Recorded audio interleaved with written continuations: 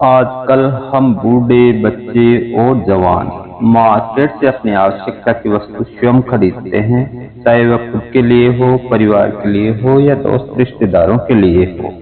अपनी आवश्यक वस्तु खरीदने के लिए छोटी से लेके बड़ी बड़ी दुकानों व शोरूम पे खरीदारी हम करते हैं। हम जब शोरूम पर जाते हैं तो किसी भी प्रकार से खरीदारी करने वाली वस्तु की अच्छी से जानकारी नहीं रहती है, मगर हम चाहकर भी अच्छी दुकान खरीद सोच के खरीद लेते हैं और फिर वह वस्तु घर लाने के बाद में खराब निकल जाती है और हम पश्चाताप करते रहते हैं।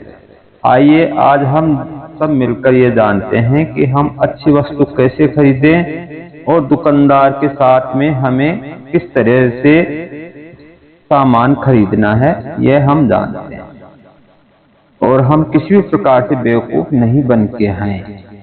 हमें कौन कौन सी सावधानियां बरतनी है, आइए हम आज आप और हम मिलकर इस बारे में थोड़ा चर्चा करते हैं। सबसे पहली बात है कि हमें जो भी वस्तु खरीदनी है उसके बारे में हमें जानकारी होनी चाहिए। उसमें क्या क्या शिकायतें आती है, कौन सी खराब चीज होती है, कौन सी अच्छी होती है, ये जानकारी हमें स्वयं को होनी चाहिए। नहीं होती है तो हम परिवार, रिश्तेदार या अन्य इंटरनेट तरीके से भी हम इसकी जानकारी लेनी चाहिए। हम जो भी वस्तु खरीदने जा रहे हैं उसकी अच्छी ब्रांड का भी हमें मालूम होना चाहिए कि हम जो वस्तु खरीद रहे हैं उसमें कौन सी अच्छी ब्रांड मार्केट में उपलब्ध है और उसको हमारे नजदीकी रिश्तेदार परिवार वालों ने जो काम में लिए हैं उसमें उनको अच्छा लाभ दी है। हम किसी भी प्रकार की वस्तु खरीदते समय पूर्ण रूप से धैर्य के साथ खरीदनी चाहिए। हमारे पास अगर समय है कि हमें आज वस्तु खरीदने जाना है, घर का सामान खरीदना है, कोई बड़ी वस्तु खरीदनी है, तो पहले हमारे पास समय हो तब ही जाएं। ऐसे नहीं है कि हम जल्दीबाजी में हैं और हम गए और दुकानदार ने कोई भी टूटी फूटी चीज उठाई और दे दी और हम लेके आ गए घर पे और घर पे आके हम परेशान हो रहे हैं। उसको ऐसा नहीं होना चाहिए। हमें हमेशा एक धैर्य के साथ और समय के साथ बाजार में जाने से, खरीदने से पहले समय होना जरूरी है, जिससे हम वस्तु की क्वालिटी, उसके रेट, उसके बारे में संपूर्ण जानकारी लेने का समय हो। हम जो भी वस्तु खरीदने जा रहे हैं उसका स्थानीय प्रोडक्ट अच्छा है या विदेशी, ये जानकारी भी हमें होनी चाहिए। भैया हमारे यहाँ आसपास में जो बनी हुई है वो अच्छी आ रही है कि बाहर की आ रही है, ये भी हमें जानकारी होनी चाहिए, क्योंकि हम बड़ी मेहनत से पैसे कमाते हैं और उन पैसों का आनंद लें। कोई हमारे साथ किसी भी प्रकार का छल कपट नहीं करे, इसलिए हमें ये जानकारी होना जरूरी है। घर से वस्तु खरीदने जाने से पहले अपने द्वारा खरीदी जाने वाली वस्तुओं का नाम और उनकी मात्रा एक लिस्ट होनी चाहिए। ऐसे नहीं है कि हम वहाँ याद कर रहे हैं और दुकानदार मनचाहे भाव लगा रहा है, हम कोई पूछ नहीं पा रहे हैं वो क्या तोल रहा है, हम बस सामान सोचने में लगे। ऐसा नहीं होना चाहिए। हमें कंप्लीट, आज का शिक्षित समाज है, सब साफ कर रहे हैं, तो हमें घर से निकलने से पहले हमें जो जो वस्तु चाहिए उनके नाम, उनकी क्वालिटी और कितनी मात्रा चाहिए वो लिख के ले जाना चाहिए। दुकानदार से जाते ही सिर्फ नमस्कार कर लें और अपने जो चाहने वाली वस्तु हैं उनके बारे में जानकारी ले, क्या भाव है, क्या तोल है, क्या रेट है, क्या क्वालिटी है। बहुत से दुकानदार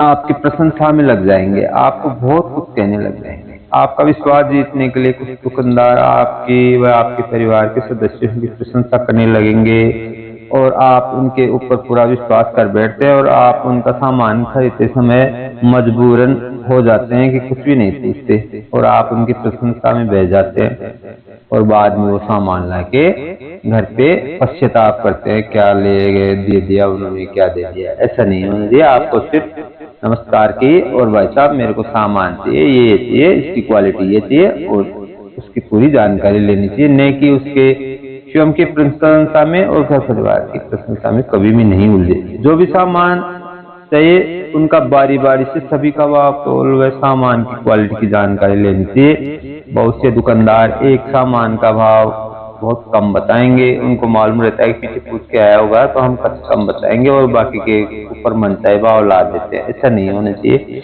आपको जो भी चीज चाहिए उसका भाव, क्वालिटी और उसको अच्छी तरह देख के लेनी चाहिए।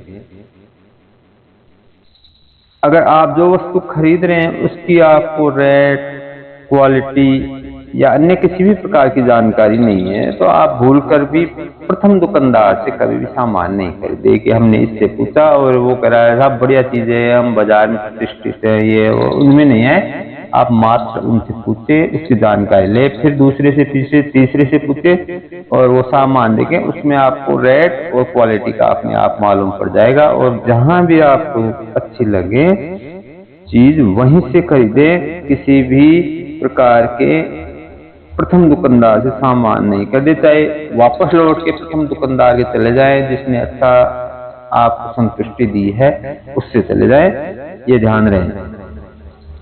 किसी भी दुकान पर हम सामान खरीदने जाते समय दुकानदार कहते हैं हम एक गांव के हैं, हम परिवार के हैं, हम मोहल्ले के हैं, हम एक जगह रहते हैं, हम समाज के हैं, ऐसे कह के वो आपका ब्रेन वॉश करेंगे, आपको बिल्कुल रोकने का कोशिश करेंगे। वो चाहते हैं कि ये किसी भी प्रकार की रेट नहीं पूछे, किसी भी प्रकार की जानकारी नहीं ले, हमारी चीज की क्वालिटी नहीं जाने और ये सिर्फ लिस्ट दे दे, हम सामान तोल दे और पैसे ले ले, ऐसा चाहते हैं वो। तो आपको इस चक्कर में कभी भी नहीं फंसना है, इस बारे में ध्यान नहीं देना। आपको अपना सामान की क्रमबद्ध लेना है, उसको देखते जाना है, उसकी रेटें जाननी है, तब आप अच्छा सामान खरीद सकते हैं। अगर आप उनके प्रलोभन में आ गए तो फिर आपके पास सामान लाने के बाद में पश्चाताप के अलावा कुछ नहीं बचेगा। किसी भी दुकान पर हम सामान खरीदने जाते समय हम अच्छी वस्तु पसंद आ गई, रेट क्वालिटी पसंद आ गई तो कभी भी दुकानदार को आभास नहीं होना चाहिए कि हमें ये चीज पसंद आ गई। आप और आपके साथ वाले बिल्कुल नॉर्मल बने रहो और उससे उसके मोल भाव कर लो। आपका मोल भाव तय होने के पश्चात खरीदी जाने वाली वस्तु के बारे में पूरी तरह जानकारी ले लें कि ये कैसे चलेगी, कैसे क्या व्यवस्था रहेगी, इसकी क्या क्वालिटी है, इसमें अगर मिस्टेक आएगी तो आप इसमें क्या सहयोग करेंगे, सब कुछ जानकारी ले ले। इसकी क्या वारंटी है, कंपनी इसके साथ क्या स्कीम दे रही है, सभी जानकारी आपके चीज पसंद आने के बाद में जानकारी ले लेनी चाहिए। रेट फिक्स हो गई, आपकी चीज पसंद आ गई तो अगले को सामान अपनी तरफ करवा ले और पहले बिल की बात करें कि साहब हमारे नाम से ये बिल बना दो और इसमें आप ये रेट जो आपने तय की है वो लिख दो और इसमें जो वारंटी दे रहे हैं वो लिख दो। आप जो ही बिल की बात करेंगे तो वो फिर आपको उलझाने की कोशिश करेगा दुकानदार, साहब हम एक ही जगह के हैं, आधी रात को आ जाना और मैं यहीं बैठता हूँ, आप कभी शिकायत का मौका नहीं आएगा वगैरह वगैरह। वो आपको आश्वासन देंगे और आपसे पैसे के लिए कहेंगे भाई भाई आप तो पैसे दे दो ले जाओ, क्या टेंशन लेते हो।